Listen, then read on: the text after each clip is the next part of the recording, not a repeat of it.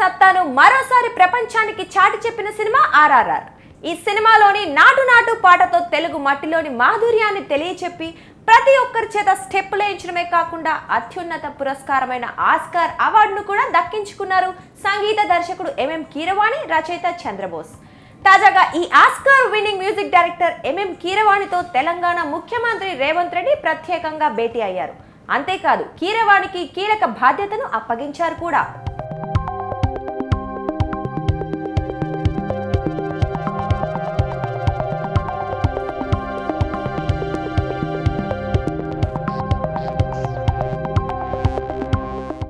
కవి అందశ్రీ రాసిన జయ జయ హే తెలంగాణ పాటను తెలంగాణ రాష్ట్ర గీతంగా రేవంత్ రెడ్డి సర్కార్ ప్రకటించిన సంగతి తెలిసిందే.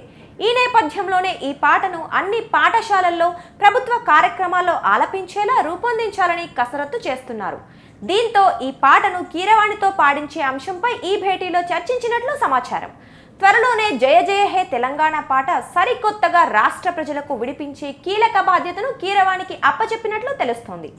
జూన్ 2న తెలంగాణ అవతరణ దినోత్సవం ఉండడంతో ఆలోగా పాటను రూపొందించాలని చెప్పినట్లు తెలుస్తోంది. ఇప్పటికే కాంగ్రెస్ నేత అద్దంకి దయాకర్ నటిస్తున్న సినిమాకు కీరవాణి సంగీతం అందిస్తుండగా తెలంగాణ రాష్ట్ర గీతానికి సంబంధించిన బాధ్యతలు కూడా ఆయనకి ఇవ్వటం గమనార్హం.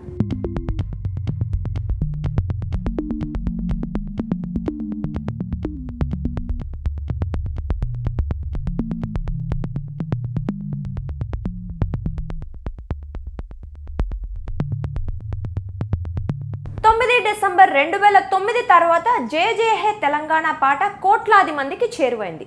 తెలంగాణ రాష్ట్రం సిద్ధించిన తర్వాత ఈ పాటను రాష్ట్ర గీతంగా ప్రకటిస్తామని బీఆర్ఎస్ ప్రభుత్వం చెప్పినా అది అమలు కాలేదు.